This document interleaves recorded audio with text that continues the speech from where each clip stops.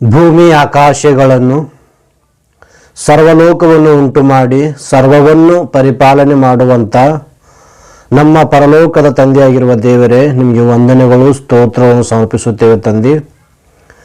ತಂದೆಯಾಗಿರುವ ದೇವರೇ, ಮತ್ತೊಂದು ಆವರ್ತಿ ನಿಮ್ಮ ಸುವಾರ್ತೆಯನ್ನು ಪ್ರಕಟಿಸೋದಕ್ಕೆ ಒಳ್ಳೆಯ ಅವಕಾಶವನ್ನು ನಮಗೆ ಕಲ್ಪಿಸಿಕೊಟ್ಟಿದ್ದಕ್ಕಾಗಿ ನಿಮಗೆ ವಂದನೆಗಳು, ಸ್ತೋತ್ರವನ್ನು ಸಮರ್ಪಿಸುತ್ತೇವೆ. ತಂದೆಗಿರೋ ದೇವರೇ, ನಿಮ್ಮ ಮಾತನ್ನು ಹೇಳುವಾಗ ನಿಮ್ಮ ಪರಿಶುದ್ಧಾತ್ಮನ ಸಹಾಯವನ್ನು ಅನುಗ್ರಹಿಸ್ರಿ. ಅಯ್ಯೋ, ಒಳ್ಳೆಯ ಜ್ಞಾನವನ್ನು, ಜ್ಞಾಪಕ ಶಕ್ತಿಯನ್ನು ನನಗೆ ದಯಪಾಲಿಸ್ತೀರಿ ಅಂತೇಳಿ ನಾನು ಪ್ರಾರ್ಥಿಸುತ್ತ ತಂದೆ. ಅದೇ ರೀತಿ ಕೇಳುವಂಥ ನಿನ್ನ ಮಕ್ಕಳನ್ನು ತಾಳ್ಮೆಯಿಂದ ಕೇಳಿ ನಿನ್ನ ವಾಕ್ಯಗಳನ್ನು ಆಲೋಚನೆ ಮಾಡಿ ನಿನ್ನ ವಾಕ್ಯವನ್ನು ತಿಳ್ಕೊಳ್ಳುವಂಥ ಮನಸ್ಸು, ಜ್ಞಾನವನ್ನು ದಯಪಾಲಿಸ್ರಿ ತಂದೆ. ನಾವೆಲ್ಲರೂ ನಿಮ್ಮ ಮಾತನ್ನು ಕಲಿತುಕೊಂಡು ನೀವಿರುವಂಥ ಮಹಾ ಪರಲೋಕವನ್ನು ಪಡೆದುಕೊಳ್ಳಬೇಕಂತ ಹೇಳಿ ಈ ಚಿಕ್ಕ ಪ್ರಾರ್ಥನೆ ಮನವಿ ನಿಮ್ಮ ಪಾದದಲ್ಲಿಡುತ್ತಾ, ಈ ಪ್ರಾರ್ಥನೆಯು ನಿಮ್ಮ ಮಗನು ನಮ್ಮ ರಕ್ಷಕನೂ ಆಗಿರುವ ಯೇಸುವಿನ ಅತಿ ಶ್ರೇಷ್ಠವಾದ ನಾಮದಲ್ಲಿ ಪ್ರಾರ್ಥಿಸಿ ಬೇಡುತ್ತೇವೆ ನಮ್ಮ ಪರಲೋಕದ ತಂದೆ, ಆಮೇನ್. ಕರ್ತನಲ್ಲಿ ಪ್ರಿಯರಾದ ದೇವರ ಮಕ್ಕಳೇ, ನಿಮ್ಮೆಲ್ಲರಿಗೂ ಯೇಸು ಕ್ರಿಸ್ತನ ಅತಿ ಶ್ರೇಷ್ಠವಾದ ನಾಮದಲ್ಲಿ ನನ್ನ ವಂದನೆಯನ್ನು ತಿಳಿಸ್ತಾ ಇದ್ದೇನೆ ಪ್ರಿಯರೇ. ಅದೇ ರೀತಿಯಲ್ಲಿ ಬೈಬಲ್ ಪರಿಶೋಧನೆ ಯೂಟ್ಯೂಬ್ ಚಾನೆಲ್ ಮೂಲಕ ವೀಕ್ಷಿಸುವಂಥ ಎಲ್ಲ ನಮ್ಮ ಆತ್ಮೀಯ ವೀಕ್ಷಕರಿಗೂ ನನ್ನ ಹೃತ್ಪೂರ್ವಕವಾದ ವಂದನೆಯನ್ನು ತಿಳಿಸ್ತೇನೆ ಪ್ರಿಯರೇ. ಈ ದಿನ ದೇವರ ಮಹಾಕೃಪೆಯಿಂದ ಮತ್ತೊಂದು ಆವರ್ತೆ ಆತನ ಸುವಾರ್ತೆಯನ್ನು, ಆತನ ಮಾತನ್ನು ತಿಳಿಸುವುದಕ್ಕೆ ತಂದೆಯಾದ ದೇವರು ಒಳ್ಳೆಯ ಅವಕಾಶವನ್ನು ಕಲ್ಪಿಸಿಕೊಟ್ಟಿದ್ದಕ್ಕಾಗಿ ತಂದೆಯಾದ ದೇವರಿಗೆ ಮಹಿಮೆ ಉಂಟಾಗಲಿ ಪ್ರಿಯರೇ. ಈ ಸಮಯದಲ್ಲಿ ಒಂದು ಸಬ್ಜೆಕ್ಟು ನಿಮ್ಮೊಟ್ಟಿಗೆ ನಾನು ಮಾತಾಡೋಕ್ಕೆ ಸಿದ್ಧನಾಗಿದ್ದೇನೆ. ಈ ಸಬ್ಜೆಕ್ಟ್ ಏನಂದರೆ, ಬೈಬಲ್ ಅರ್ಥ ಆಗಬೇಕಾದರೆ ಹೇಗೆ ಓದಬೇಕು ಎಂಬ ಒಂದು ಸಬ್ಜೆಕ್ಟು ನಿಮ್ಮೊಟ್ಟಿಗೆ ಮಾತಾಡ್ತಿದ್ದೇನೆ. ಅದಕ್ಕೋಸ್ಕರ ನೀವು ಚೆನ್ನಾಗಿ ಆಲೋಚನೆ ಮಾಡಿ, ಪರಿಶೋಧನೆ ಮಾಡಿ, ನಾ ಹೇಳುವಂಥ ಪ್ರತಿ ಮಾತು ಜಾಗೃತಿಯಲ್ಲಿ ಕೇಳಿ, ಬೈಬಲ್ ತೆಗೆದು ನೀವು ಕೂಡ ವಾಕ್ಯಗಳನ್ನು ಓದಿ ಪರಿಶೋಧನೆ ಮಾಡಿ ದೇವರ ವಾಕ್ಯಗಳನ್ನು ತಿಳಿದುಕೊಳ್ಬೇಕು, ಅರ್ಥ ಮಾಡಿಕೊಳ್ಬೇಕಂತ ಹೇಳಿ ಮನೆ ಮಾಡ್ತಿದ್ದೇನೆ ಪ್ರಿಯರೇ. ಯಾಕಂದ್ರೆ ಸಬ್ಜೆಕ್ಟ್ ಮಾತಾಡ್ತಾ ಅಂದರೆ, ಬೈಬಲ್ ಅರ್ಥ ಆಗಬೇಕಾದರೆ ಹೇಗೆ ಓದಬೇಕು ಅಂದರೆ, ಅನೇಕರು ಬೈಬಲನ್ನು ಓದ್ತಾ ಇದ್ದೇವೆ, ನಮಗೆ ಬೈಬಲ್ ಸರಿಯಾದ ರೀತಿಯಲ್ಲಿ ಅರ್ಥ ಆಗ್ತಾ ಇಲ್ಲ, ಬೈಬಲ್ ನಮಗೆ ಸರಿಯಾದ ರೀತಿಯಲ್ಲಿ ಇರ್ತಕ್ಕಂಥ ಭಾವನೆಗಳು ಗೊತ್ತಾಗ್ತಾ ಇಲ್ಲ, ನಮಗೆ ಎಷ್ಟು ಸಾರಿ ಓದಿದ್ರು ಕೂಡ ಬೈಬಲ್ ಅರ್ಥ ಆಗ್ತಾರೆ ಅಂತ ಹೇಳುವಂಥ ಜನರು ಅನೇಕ ಇದ್ದಾರೆ ಪ್ರಿಯರೇ. ಹೌದಂತೀರಿ ಅಲ್ಲಂತೀರಿ? ಅದಕ್ಕೋಸ್ಕರ ಬೈಬಲ್ ಯಾವ ರೀತಿಯಲ್ಲಿ ಓದಿದ್ರೆ ನಮ್ಗೆ ಅರ್ಥ ಆಗುತ್ತೆ, ಬೈಬಲ್ ಅಂದರೆ ಏನು ಅಂದರೆ ನಾವು ಚೆನ್ನಾಗಿ ಓದು ನೋಡುವಾಗ ಬೈಬಲ್ ಅಂತಕ್ಕಂಥದ್ದು ಪ್ರಿಯರೇ ದೇವರ ಮನಸ್ಸು ಪ್ರಿಯರೇ. ಯಾಕಂದರೆ ಬೈಬಲಲ್ಲಿ 66 ಪುಸ್ತಕಗಳಲ್ಲಿ ದೇವರ ಮನಸ್ಸಿದೆ ಪ್ರಿಯರೇ. ಏನಂದರೆ ದೇವರ ಮನಸ್ಸಲ್ಲಿ ಇರ್ತಕ್ಕಂಥ ಆವೇದನೆ ಈ ಬೈಬಲ್ ಗ್ರಂಥದಲ್ಲಿ ಬರೆಸಿದಂಥ ಮಾತು ಪ್ರಿಯರೇ. ದೇವರ ಮನಸ್ಸಿರ್ತಕ್ಕಂಥ ಪ್ರೀತಿನೇ ಬೈಬಲಲ್ಲಿ ಬರೆಸಿದರು ಪ್ರಿಯರೇ. ಬೈಬಲಲ್ಲಿ ಸರ್ವವನ್ನು ಕುರಿತು ಬರೆದಿದ್ದರು ಪ್ರಿಯರೇ. ಅದಕ್ಕೆ ನಾವು ಆ ಮನಸ್ಸು ಕೊಟ್ಟು ನಾವು ಓದುವಾಗ ಬೈಬಲ್ ನಮಗೆ ಖಚಿತವಾಗಿ ಅರ್ಥ ಆಗ್ತದೆ ಪ್ರಿಯರೇ. ಯಾಕಂದರೆ ಅನೇಕರು ನಮ್ಮ ಕ್ರೈಸ್ತ ಸಮಾಜದಲ್ಲಿ ಅನೇಕರು ಬೈಬಲ್ ಯಾವ ರೀತಿ ಓದ್ತಾರೆ ಅಂದರೆ, ಬೈಬಲ್ ಒಂದು ಹೆಸರಿಗೆ ಮಾತ್ರ ಓದ್ತಾರೆ ಪ್ರಿಯರೇ. ಬೈಬಲ್ ಒಂದು ಹೆಸರಿಗೆ ಮಾತ್ರ ಓದಿದರೆ ಅರ್ಥ ಆಗೋದಿಲ್ಲ. ಯಾವ ರೀತಿ ಓದಬೇಕಂದ್ರೆ, ಪೂರ್ಣ ಮನಸ್ಸಿಟ್ಟು ಆಲೋಚನೆ ಮಾಡಿ ನಾವು ಓದಬೇಕು. ಆದರೆ ಅವ್ರು ಏನು ಮಾಡ್ತಿದ್ದಾರೆ ಅಂದರೆ, ನಾವು ಕ್ರೈಸ್ತರು ಅಂತ ಹೇಳಿಕೊಂಡು ನಾವೊಂದು ದಿನಕ್ಕೊಂದು ಅಧ್ಯಾಯ ಓದ್ಕೊಳ್ತೇವೆ ರೀ, ಇಲ್ಲಾಂದ್ರೆ ದಿನಕ್ಕೊಂದು ವಚನ ಓದ್ಕೊಳ್ತೇವೆ ರೀ, ಇಲ್ಲಾಂದ್ರೆ ವಾರಕ್ಕೆ ಒಂದು ಸಾರಿ ಓದ್ಕೊಳ್ತೇವೆ ರೀ, ಇಲ್ಲಾಂದ್ರೆ ನಮ್ಮ ಚರ್ಚಲ್ಲಿ ನ್ಯೂ ಇಯರ್ ಇರ್ತಲ್ಲ, ನ್ಯೂ ಇಯರ್ ದಿನದಲ್ಲಿ ಒಂದು ವಾಗ್ದಾನ ಚಿಟ್ಟಿ ಕೊಡ್ತಾರೆ, ಆ ವಾಗ್ದಾನದಲ್ಲಿ ಇರ್ತಕ್ಕಂಥ ವಚನೆಯನ್ನು ಆಧಾರ ಬದುಕ್ತಾರೆ. ಅಂದರೆ ಆ ರೀತಿಯಲ್ಲಿ ಧ್ಯಾನ ಮಾಡುವಂಥವರಿಗೆ, ಆ ರೀತಿಯಲ್ಲಿ ಆಲೋಚನೆ ಮಾಡುವಂಥವರಿಗೆ ಬೈಬಲು ಅರ್ಥ ಆಗೋದಿಲ್ಲ ಪ್ರಿಯರೇ. ಅರ್ಥ ಆಗಬೇಕಂದ್ರೆ ನಾವು ಬೈಬಲ್ ಯಾವ ರೀತಿ ಓದಬೇಕಂದ್ರೆ, ಹುಡುಕಿ ಓದಬೇಕು. ಅಂದರೆ ಬೈಬಲಲ್ಲಿ ಸತ್ಯವೇದ ಗ್ರಂಥದಲ್ಲಿ ಸುಮಾರು ಒಂದು 66 ಪುಸ್ತಕಗಳು ಇರ್ತವೆ ಪ್ರಿಯರೇ. ಆ 66 ಪುಸ್ತಕಗಳನ್ನು ನಾವು ಚೆನ್ನಾಗಿ ಹುಡುಕಿ ಓದುವಾಗ ದೇವರ ವಾಕ್ಯಗಳು ನಮಗೆ ಗೊತ್ತಾಗ್ತದೆ ಪ್ರಿಯ. ಯಾಕಂದ್ರೆ ಹುಡುಕಿ ಓದಬೇಕು, ಪರಿಶೋಧನೆ ಮಾಡಿ ಹುಡುಕಿ ಓದಬೇಕು ಪ್ರಿಯರೇ. ಒಂದ್ಸಾರಿ ವಚನ ನೋಡಿ, ಸತ್ಯವೇದ ಗ್ರಂಥದಲ್ಲಿ ಯೆಶಾಯನ ಪ್ರವಾದನೆ ಗ್ರಂಥದಲ್ಲಿ ಒಂದು ಮಾತಿದ್ದು ನೋಡಿ ಪ್ರಿಯರೇ. ಯೆಶಾಯನ ಪ್ರವಾದನೆ ಗ್ರಂಥ 34ನೇ ಅಧ್ಯಾಯ 16ನೇ ವಚನದಲ್ಲಿ ಏನು ಬರೆಯಲ್ಪಟ್ಟಿದೆ ಸಾರಿ ನೀವೆಲ್ಲ ನೋಡಿ. ಯೆಹೋವನ ಶಾಸ್ತ್ರದಲ್ಲಿ ಹುಡುಕಿ ಓದಿರಿ ಇವುಗಳಲ್ಲಿ ಯಾವುದು ಇಲ್ಲದಿರುವುದು, ಎಲ್ಲವೂ ಜೊತೆಯಾಗಿ ಇರುವವು ಅಂಥೇಳಿ ದೇವ್ರ ಭಾಷೆದಲ್ಲಿ ಪ್ರಿಯರೇ. ಅಂದರೆ ದೇವ್ರು ಅಂತ ಮಾತಂದರೆ ಸತ್ಯವೇದ ಗ್ರಂಥವನ್ನು ನೀವು ಯಾವ ರೀತಿ ಓದಬೇಕಂತೆ ಹುಡುಕಿ ಓದಬೇಕು. ಹುಡುಕಿ ಯಾಕೆ ಹೋಗ್ಬೇಕಂದ್ರೆ ಎಲ್ಲವೂ ಒಂದೇ ಕಡೆಯಲ್ಲಿ ಇರೋದಿಲ್ಲ. ಅಂದರೆ ಎಲ್ಲ ಒಂದೇ ಕಡೆ ಇರೋ ಏನು ಹೇಳ್ತದಂದ್ರೆ ಯೆಹೋವನ ಶಾಸ್ತ್ರದಲ್ಲಿ ಹುಡುಕಿ ಓದಿರಿ. ಯಾಕಂದರೆ ಯಾವುದು ಇಲ್ಲದಿರೋ ಅಂದರೆ ಪ್ರತಿಯೊಂದು ವಿಷಯವನ್ನು ಕುರಿತು ಸತ್ಯವೇದ ಗ್ರಂಥದಲ್ಲಿ ಬರೆಯಲ್ಪಟ್ಟಿದೆ. ಅಂದರೆ ಪ್ರತಿಯೊಂದು ಒಂದು ಪ್ರಶ್ನೆ ಬಂದಂದ್ರೆ ಆ ಪ್ರಶ್ನೆಗೆ ಅದರ ಜೊತೆಯಲ್ಲೇ ಉತ್ತರ ಕೂಡ ಇದೆ ಅಂತ ಹೇಳಿ ದೇವರ ಪ್ರಿಯಕ್ಕೆ ನಾವೇನು ಮಾಡ್ಬೇಕಂದ್ರೆ ಹುಡುಕಿ ಓದಬೇಕು, ಪರಿಶೋಧನೆ ಮಾಡಿ ಬೈಬಲ್ ಓದಬೇಕು ಪ್ರಿಯರೇ. ಯಾಕಂದ್ರೆ ನಾವು ಆಡುವಂಥ ಮಾತಾಗಿರ್ಬೋದು, ಬೈಬಲಲ್ಲಿ ವಾಕ್ಯ ಹೇಳುವಂಥ ಮಾತಾಗಿರ್ಬೋದು, ಪ್ರತಿಯೊಂದೊಂದು ನಾವು ಪರಿಶೋಧನೆ ಮಾಡಿ ನಾವು ಆಡುವಂಥ ಮಾತಾಗಿರ್ಬೋದು, ಬೈಬಲ್ ಬರೆಯುವಂಥ ಮಾತುಗಳಾಗಿರ್ಬೋದು, ಪ್ರತಿಯೊಂದು ಹೇಳ್ಬೇಕಂದ್ರೆ ಪರಿಶೋಧನೆ ಮಾಡಿ ಹುಡುಗಬೇಕು ಪ್ರಿಯರೇ. ಯಾಕಂದ್ರೆ ಮೊದಲ ಶತಮಾನದಲ್ಲಿ ಅಪೊಸ್ತಲರು ಸುವಾರ್ತೆ ಮಾಡುವಾಗ ವಿಶ್ವಾಸಿಗಳು ಯಾವ ರೀತಿ ಪರಿಶೋಧನೆ ಮಾಡಿದರು ಸರಿ ನೋಡಿ. ಅಪೊಸ್ತಲರ ಕೃತ್ಯಗಳು 17ನೇ ಅಧ್ಯಾಯ 11ನೇ ವಚನ ಪ್ರಿಯರೇ. ಅಲ್ಲಿ ಏನು ಬರೆಯಲ್ಪಟ್ಟಿದೆ ನೋಡಿ ಸಾರಿ. ಅಂದ್ರೆ ಆ ಸಭೆಯವರು ಯಾವ ರೀತಿ ಪರಿಶೋಧನೆ ಮಾಡ್ತಂದ್ರೆ ನೋಡಿ, ಅಪೊಸ್ತಲರ ಕೃತ್ಯಗಳು 17ನೇ ಅಧ್ಯಾಯ 11ನೇ ವಚನದಿಂದ ಕೆಲವು ವಚನ. ಆ ಸಭೆಯವರು ಥೆಸಲೋನಿಕದವರಿಗಿಂತ ಸದ್ಗುಣವುಳ್ಳವರಾಗಿದ್ದು ದೇವರ ವಾಕ್ಯವನ್ನು ಶುದ್ಧ ಮನಸ್ಸಿನಿಂದ ಅಂಗೀಕರಿಸಿ ಇವರು ಹೇಳುವ ಮಾತು ಹೌದೋ ಏನೋ ಎಂಬ ವಿಷಯದಲ್ಲಿ ಪ್ರತಿದಿನವೂ ಶಾಸ್ತ್ರ ಗ್ರಂಥವನ್ನು ಶೋಧಿಸುತ್ತಿದ್ದರು. ಅಂದರೆ ಪೌಲ ಶೀಲರು ಬೆರೆಯೋ ಅಂತಕ್ಕಂಥ ಪಟ್ಟಣದಲ್ಲಿ ಸುವಾರ್ತೆ ಮಾಡುವಾಗ ಅಲ್ಲಿರ್ತಕ್ಕಂಥ ವಿಶ್ವಾಸಿಗಳು ಬೈಬಲ್ ಅನ್ನು ಸತ್ಯವೇದ ಗ್ರಂಥವನ್ನು ಪರಿಶೋಧನೆ ಮಾಡಿ ನೋಡಿದ್ರಂತ ಪ್ರಿಯರೇ. ಅವರು ಯಾವ ರೀತಿ ಪರಿಶೋಧನೆ ಮಾಡಿ ನೋಡಿದರೋ ಈ ದಿನದಲ್ಲಿ ಕ್ರೈಸ್ತರು ಎಂದು ಕರೆಪಡ್ತಕ್ಕಂಥ ನಾವೆಲ್ಲರೂ ಕೂಡ ದೇವರ ವಾಕ್ಯವನ್ನು ಪರಿಶೋಧನೆ ಮಾಡಿ ಆಲೋಚನೆ ಮಾಡಿ ಬೈಬಲ್ ಯಾವ ರೀತಿ ಬರೆಯಲ್ಪಟ್ಟಿದೆ, ಈ ಯಾವ ರೀತಿ ಹೇಳ್ತಾ ಇದ್ದಾರೆ ಅಂತ ಹೇಳಿ ಪ್ರತಿಯೊಂದು ಕುರಿತಾಗಿ ನಾವು ಏನು ಮಾಡಬೇಕು, ಬೈಬಲ್ ಚೆನ್ನಾಗಿ ಪರಿಶೋಧನೆ ಪ್ರಿಯರೇ. ಪರಿಶೋಧನೆ ಮಾಡಿದಾಗ ನಮಗ ಬೈಬಲ್ ಅರ್ಥ ಆಗುತ್ತದೆ. ಯಾಕಂದ್ರೆ ಬೈಬಲಲ್ಲಿ ಸತ್ಯವೇದ ಗ್ರಂಥದಲ್ಲಿ ಸುಮಾರು 2 ನಿಬಂಧನೆಗಳಿವೆ ಪ್ರಿಯರೇ. 2 ನಿಬಂಧನೆಗಳಿವೆ. ಒಂದು ಕ್ರಿಸ್ತ ಪೂರ್ವಕ್ಕೆ ಸಂಬಂಧಪಟ್ಟಂತ ಪುಸ್ತಕ, ಇನ್ನೊಂದು ಕ್ರಿಸ್ತ ಶಕಕ್ಕೆ ಸಂಬಂಧಪಟ್ಟಂತ ಪುಸ್ತಕ. ಅಂದ್ರೆ ಒಂದು ಹಳೆ ಒಡಂಬಡಿಕೆ, ಒಂದು ಹೊಸ ಒಡಂಬಡಿಕೆ ಪ್ರಿಯರೇ. ಈ 2 ಗ್ರಂಥಗಳಿದೆ. ಟೋಟಲ್ 66 ಪುಸ್ತಕಗಳು ಸತ್ಯವೇದ ಗ್ರಂಥದಲ್ಲಿ ಇದೆ ಪ್ರಿಯರೇ.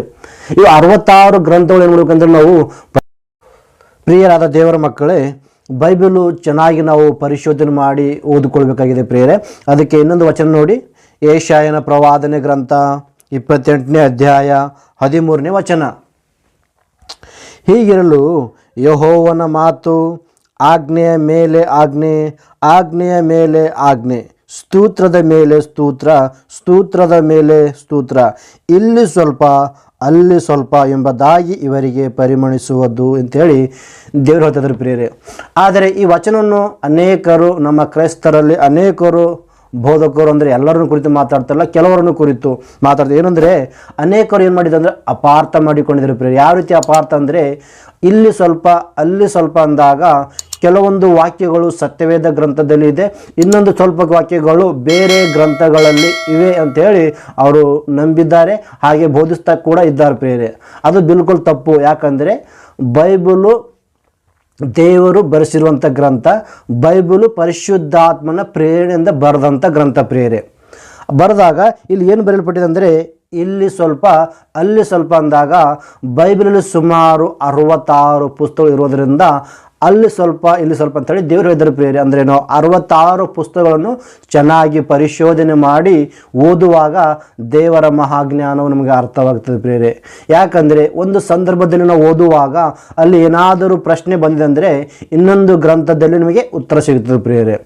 ಅದಕ್ಕೆ ಬೈಬಲ್ ಅಂತಕ್ಕಂಥದ್ದು ಪ್ರತಿಯೊಂದು ಪ್ರಶ್ನೆಗೆ ಉತ್ತರ ಕೊಡುವಂಥದ್ದು. ಯಾಕಂದರೆ ಎಲ್ಲವೂ ಇದರಲ್ಲಿ ಇದೆ ಅಂತ ಹೇಳಿ ದೇವರ ವಾಕ್ಯ ಹೇಳ್ತದೆ ಪ್ರಿಯರೇ.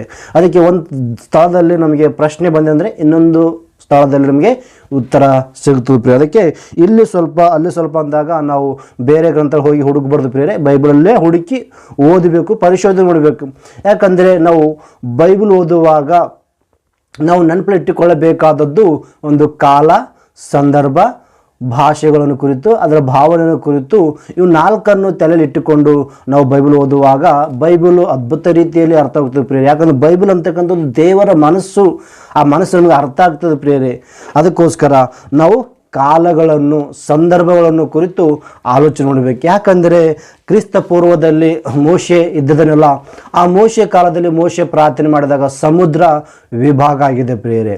ಇದು ಕಾಲವನ್ನು ಕುರಿತು ಆಲೋಚನೆ ಮಾಡಬೇಕು. ಯಾವ ಕಾಲದಲ್ಲಿ ಸಮುದ್ರ ವಿಭಾಗ ಮಾಡಿದನ, ಯಾವ ಸಮುದ್ರ ಅಂದರೆ ಮೋಶೆ ಮಾಡಿರ್ತಕ್ಕಂಥದ್ದು ಕ್ರಿಸ್ತ ಪೂರ್ವ 1500 ವರ್ಷಗಳ ಹಿಂದುಗಡೆ ಅವನ ಚರಿತ್ರೆ, ಯಾರ್ದು ಮೋಶೆನ ಚರಿತ್ರೆ. ಆ ಕಾಲದಲ್ಲಿ ಮೋಶೆ ಏನು ಮಾಡಿದ್ದಾರೆ ಅಂದರೆ ಸಮುದ್ರ ವಿಭಾಗ ಪ್ರಾರ್ಥನೆ ಮಾಡುವಾಗ ವಿಭಾಗ ಆಗಿದೆ. ಅದೇ ರೀತಿಯಲ್ಲಿ ಈ ದಿನಗಳಲ್ಲಿ ಕ್ರೈಸ್ತವಂತ ಕೈ ಬಂದ ನಾವು ಮೋಶೆ ಮಾಡಿದನಲ್ಲ ಅಂಥೇಳಿ ನಾವು ಕೂಡ ಸಮುದ್ರ ವಿಭಾಗ ಮಾಡೋಕ್ಕಾಗ್ತದೇನು? ಆಗೋದಿಲ್ಲ. ಯಾಕಂದರೆ ಇನ್ನೊಬ್ಬ ವ್ಯಕ್ತಿ ಮೋಶೆ ಆದ ನಂತರ ಯೆಹೋಶುವನು ಬರ್ತಾನೆ. ಯೆಹೋಶು ಬಂದು ಕೂಡ ಯೆಹೋಶುವನು ಪ್ರಾರ್ಥನೆ ಮಾಡಿದಾಗ ಸೂರ್ಯನು ಹಾಗೆ ನಿಂತುಕೊಂಡಿದ್ದಾನಂತೆ ಬೈಬಲ್ ಬರೆಯಲ್ಪಟ್ಟಿದೆ ಪ್ರಿಯರೇ.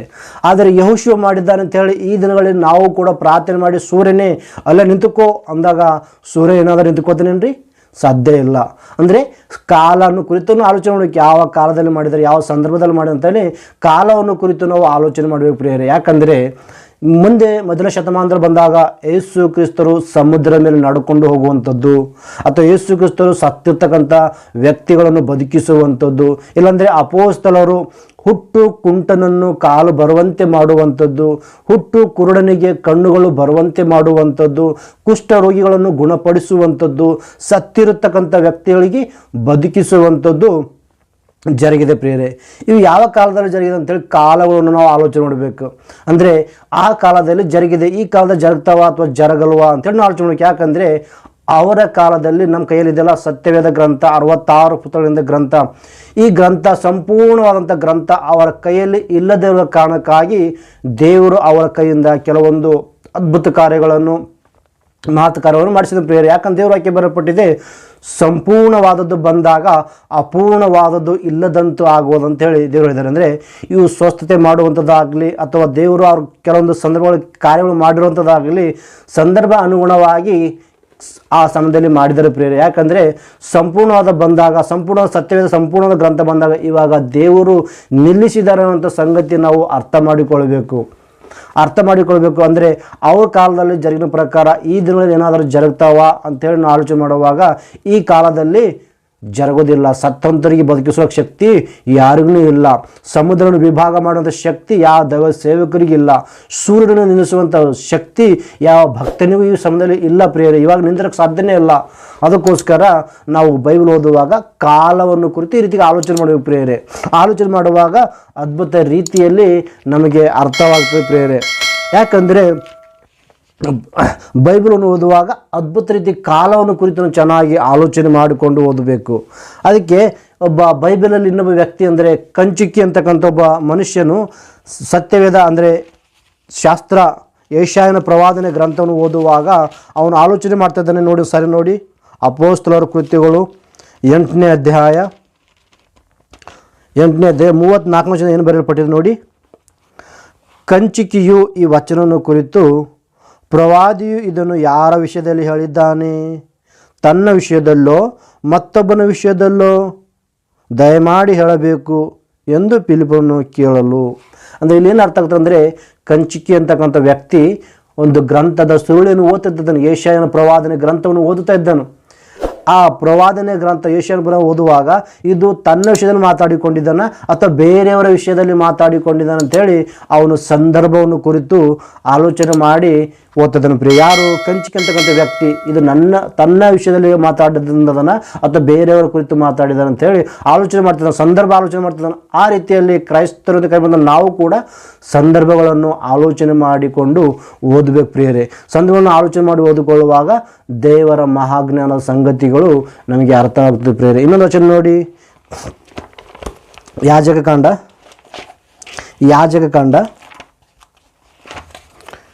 27ನೇ ಅಧ್ಯಾಯ 30ನೇ ವಚನ ಪ್ರಿಯರೇ.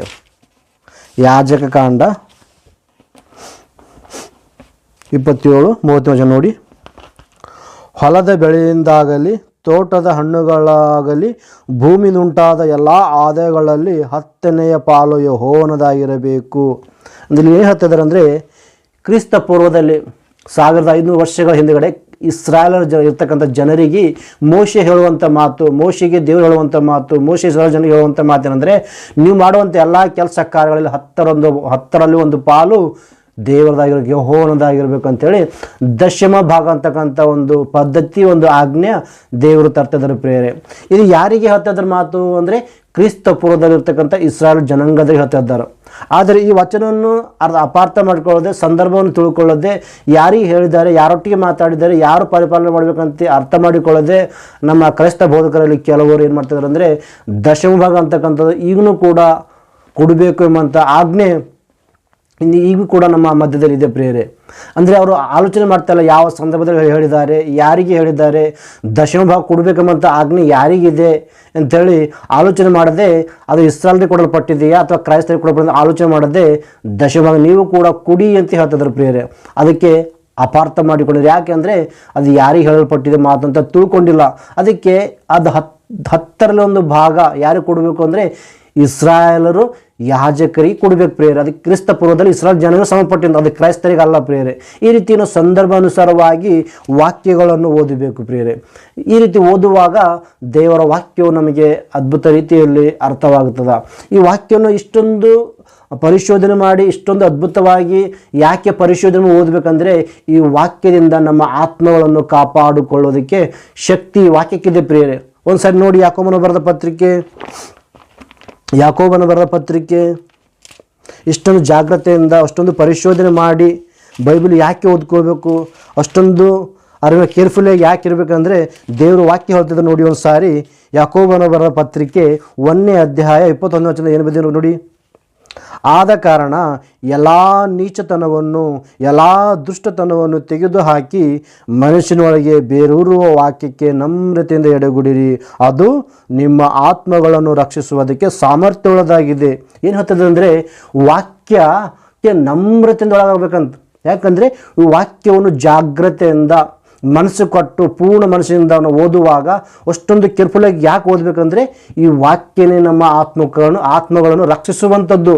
ಅದಕ್ಕೆ ಹೇಳ್ತದನ್ನು ಏನು ಹೇಳ್ತದಂದರೆ, ಅದು ನಿಮ್ಮ ಆತ್ಮಗಳನ್ನು ರಕ್ಷಿಸುವುದಕ್ಕೆ ಸಾಮರ್ಥ್ಯ. ಏನು ರಕ್ಷಿಸುವಂಥ ಸಾಮರ್ಥ್ಯ ಅಂದರೆ ವಾಕ್ಯಕ್ಕೆ ಆ ಸಾಮರ್ಥ್ಯ ಇದೆ. ನಮ್ಮಲ್ಲಿರ್ತಕ್ಕಂಥ ಆತ್ಮವನ್ನು ನಿತ್ಯ ನರಕಕ್ಕೆ ಹೋಗದ ಹಾಗೆ ನಿತ್ಯ ಲೋಕಕ್ಕೆ ಒಯ್ಯುವಂಥ ಸಾಮರ್ಥ್ಯ ದೇವರ ವಾಕ್ಯಕ್ಕಿದೆ ಪ್ರಿಯರೇ. ಅದಕ್ಕೆ ಆ ವಾಕ್ಯಕ್ಕೆ ನೋಡಬೇಕಂತೆ ನಮ್ರತೆಯಿಂದ ದೇವರ ವಾಕ್ಯಕ್ಕೆ ಒಳಪಟ್ಟು ದೇವರ ವಾಕ್ಯಕ್ಕೆ ಒಳಗಾಗಿ ಆ ವಾಕ್ಯವನ್ನು ಚೆನ್ನಾಗಿ ಪರಿಶೋಧನೆ ಮಾಡಿ ಆ ವಾಕ್ಯಾನುಸಾರ ನಮ್ಮ ಜೀವಿತಗಳನ್ನು ನಾವು ಬದುಕು ಸರಿಪಡಿಸಿಕೊಂಡು ಆ ವಾಕ್ಯಾನುಸಾರ ನಮ್ಮ ಜೀವಿತ ಸಾಗಿಸುವಾಗ ನಮಗೇನಾಗ್ತಂತೆ ನಿತ್ಯ ಜೀವ ಅಂತಕ್ಕಂಥದ್ದು ಸಿಗ್ತದೆ ಪ್ರಿಯರೇ. ಅದಕ್ಕೆ ಏನು ಹೇಳ್ತಿದ್ರು ಅಂದರೆ, ಮನಸ್ಸಿನೊಳಗೆ ಬೇರೂರುವ ವಾಕ್ಯಕ್ಕೆ ನಮ್ರತೆಯಿಂದ ಎಡೆಗುಡಿರಿ, ಅದು ನಿಮ್ಮ ಆತ್ಮಗಳನ್ನು ರಕ್ಷಿಸುವುದಕ್ಕೆ ಸಾಮರ್ಥ್ಯವುಳ್ಳದಾಗಿದೆ. ದೇವರ ವಾಕ್ಯವನ್ನು ನಮ್ಮ ಆತ್ಮವನ್ನು ರಕ್ಷಿಸುವಂಥ ಸಾಮರ್ಥ್ಯವುಳ್ಳಂಥ ಬಲಶಾಲಿ ಇರತಕ್ಕಂಥ ವಾಕ್ಯ ಇದೆ, ಜೀವವುಳ್ಳ ವಾಕ್ಯ ಇದೆ. ಆ ವಾಕ್ಯ ನಮ್ಮನ್ನು ಕಾಪಾಡ್ತದೆ. ಅದಕ್ಕೆ ಏನಂದರೆ ನಮ್ಮ ಆತ್ಮ ಕಾಪಾಡ್ತದೆ. ಅದಕ್ಕೆ ನಾವು ಚೆನ್ನಾಗಿ ಪರಿಶೋಧನೆ ಮಾಡಿ ಆಲೋಚನೆ ಮಾಡುವಾಗ ನಮ್ಮ ಆತ್ಮವನ್ನು ಕಾಪಾಡುವಂಥದ್ದು ದೇವರ ವಾಕ್ಯ ಅಂತ ಹೇಳಿ ದೇವರು ಹೇಳ್ತಿದ್ರು. ಇನ್ನೊಂದು ವಚನ ನೋಡಿ, ಯೋಹಾನ ಬರೆದ ಸುವಾರ್ತೆ 5ನೇ ಅಧ್ಯಾಯ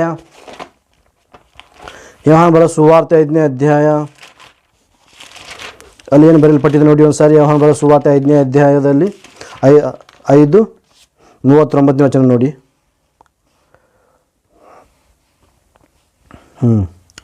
ಆತನು ಕಳಿಸಿಕೊಟ್ಟವನ ಮಾತನ್ನು ನೀವು ನಂಬದೇ ಇದ್ದಿರಷ್ಟೇ. ಶಾಸ್ತ್ರಗಳಿಂದ ನಿತ್ಯ ಜೀವ ದೊರೆತಿದೆಂದು ನೀವು ನೆನೆಸಿ ಅವುಗಳನ್ನು ವಿಚಾರಿಸುತ್ತೀರಲ್ಲ. ಯೇಸು ಪ್ರಭು ಹೇಳುವಂಥ ಮಾತು. ಶಾಸ್ತ್ರ ಅಂದರೆ ಸತ್ಯವೇದ ಗ್ರಂಥ, ಶಾಸ್ತ್ರ ಅಂದರೆ ಧರ್ಮಶಾಸ್ತ್ರ, ಶಾಸ್ತ್ರ ಅಂದರೆ ದೇವರ ಮಾತುಗಳು ಪ್ರಿಯರೇ. ಈ ದೇವರ ಮಾತುಗಳಲ್ಲಿ ದೇವರ ವಾಕ್ಯಗಳಲ್ಲಿ ನಿತ್ಯ ಜೀವ ಅಂತ ಹುಡುಕ್ತಾ ಇದ್ದಾರಂತೆ. ಆದರೆ ಇಲ್ಲಿ ಅದಕ್ಕೆ ಹೇಳ್ತಾನೆ, ಆ ವಾಕ್ಯಗಳು ನಿಮಗೆ ನಿತ್ಯ ಜೀವ ಅದ ಅಂಥೇಳಿ ಯೇಸು ಕ್ರಿಸ್ತ ಪ್ರಿಯರೇ. ನಾವು ಇಷ್ಟೊಂದು ಕೇರ್ಫುಲ್ಲಾಗಿ ಬೈಬಲ್ ಯಾಕೆ ಓದಬೇಕಂದ್ರೆ, ಈ ಬೈಬಲ್ ಚೆನ್ನಾಗಿ ಪರಿಶೋಧನೆ ಮಾಡಿ ಕಲ್ಕೊಳ್ಳೋದ್ರಿಂದ, ಅರ್ಥ ಮಾಡಿಕೊಳ್ಳೋದ್ರಿಂದ ನಮ್ಮ ಆತ್ಮ ರಕ್ಷಿಸಲ್ಪಡ್ತದೆ, ನಮ್ಮ ಆತ್ಮ ನಿತ್ಯ ಲೋಕವನ್ನು ಸೇರಿಕೊಳ್ತದೆ ಪ್ರಿಯರೇ. ಅದಕ್ಕೆ ನಾವು ಜಾಗ್ರತೆಯಿಂದ ದೇವರ ವಾಕ್ಯವನ್ನು ಪರಿಶೋಧನೆ ಮಾಡಿ ಓದುವಾಗ ಅದ್ಭುತ ರೀತಿಯಲ್ಲಿ ಅರ್ಥವಾಗ್ತದೆ ಪ್ರಿಯರೇ. ನಾವು ಈ ರೀತಿಗೆ ನಾವು ಬೈಬಲ್ ಓದುವಾಗ ದೇವರ ಮನಸ್ಸು ನಮಗೆ ಅರ್ಥ ಆಗ್ತದೆ. ನಮ್ಗೆ ದೇವರ ಮನಸ್ಸು ಅರ್ಥ ಆಯ್ತು ಅಂದರೆ ದೇವ್ರ ಮಾರ್ಗ ನಡ್ಯಕ್ಕೆ ಸಾಧ್ಯ ಆಗ್ತದೆ. ದೇವ್ರ ಮಾರ್ಗ ನಡ್ದಕ್ಕೆ ಸಾಧ್ಯ ಆದರೆ ನಾವು ನಿತ್ಯ ಲೋಕವನ್ನು ಸೇರಿಕೊಳ್ಳೋದು ಕೂಡ ಅವಕಾಶ ಇರ್ತದೆ ಪ್ರಿಯರೇ ಅಂಥೇಳಿ ಚಿಕ್ಕ ಸಂದೇಶ ಇಲ್ಲಿಗೆ ಕೊಡ್ತಾ ಈ ಸಂದೇಶ ಇಲ್ಲಿಗೆ ಮುಕ್ತಾಯ ಮಾಡ್ತೇನೆ. ಪ್ರಾರ್ಥನೆ ಮಾಡಿಕೊಳ್ಳೋಣ. ಕಣ್ಣುಗಳನ್ನು ಮುಚ್ಚಿಕೊಳ್ಳಿ. ಭೂಮಿ ಆಕಾಶಗಳನ್ನು ಸರ್ವಲೋಕವನ್ನು ಉಂಟು ಮಾಡಿ ಸರ್ವವನ್ನು ಪರಿಪಾಲನೆ ಮಾಡುವಂಥ ನಮ್ಮ ತಂದೆ, ನಿಮಗೆ ವಂದನೆಗಳು, ಸ್ತೋತ್ರಗಳು ತಂದೆ. ಅಯ್ಯ, ಬೈಬಲ್ ಅರ್ಥವಾಗಬೇಕಾದರೆ ಹೇಗೆ ಓದಬೇಕು ಎಂಬಂಥ ಒಂದು ಸಬ್ಜೆಕ್ಟು ಇಲ್ಲಿವರೆಗೂ ನಾನು ಮಾತಾಡಿದಂತ ತಂದೆ. ಕೇಳಿದಂಥ ನನ್ನ ಮಕ್ಕಳನ್ನು ಆಶೀರ್ವಾದ ಮಾಡಿ ಅವರ ಮನನೆ ತಗೊಂಡು ಓದ್ತೇರಿ, ಸತ್ಯವನ್ನು ತಿಳಿದುಕೊಂಡು ದೇವರೇ ನಿಮ್ಮ ವಾಕ್ಯ ಅನುದಿನವೂ ಧ್ಯಾನಿಸುವ ಹಾಗೆ, ನೀವು ವಾಕ್ಯವನ್ನು ಪರಿಶೋಧನೆ ಮಾಡಿ ಓದುವ ಹಾಗೆ, ವಾಕ್ಯ ಓದುವಾಗ ಕಾಲಗಳನ್ನು ಸಂದರ್ಭವನ್ನು ಕುರಿತು ಆಲೋಚನೆ ಮಾಡಿ ತಿಳ್ಕೊಳ್ಳುವಂಥ ಜ್ಞಾನವನ್ನು ವಿವೇಕೆಯನ್ನು ಅವರಿಗೆ ದಯಪಾಲಿಸ್ತೀರಿ ಅಂತೇಳಿ ಈ ಚಿಕ್ಕ ಪ್ರಾರ್ಥನೆ ಮನವಿ ನಿಮ್ಮ ಪಾದದ ಇಡುತ್ತಾ, ಈ ಪ್ರಾರ್ಥನೆ ನಿಮ್ಮ ಮಗನು ನಮ್ಮ ರಕ್ಷಕನೂ ಆಗಿರುವ ಯೇಸುವಿನ ಅತಿ ಶ್ರೇಷ್ಠವಾದ ನಾಮದಲ್ಲಿ ಪ್ರಾರ್ಥಿಸಿ ಬಿಡುತ್ತೇವೆ ನಮ್ಮ ಪರಲೋಕದ ತಂದೆ. ಆಮೇನ್.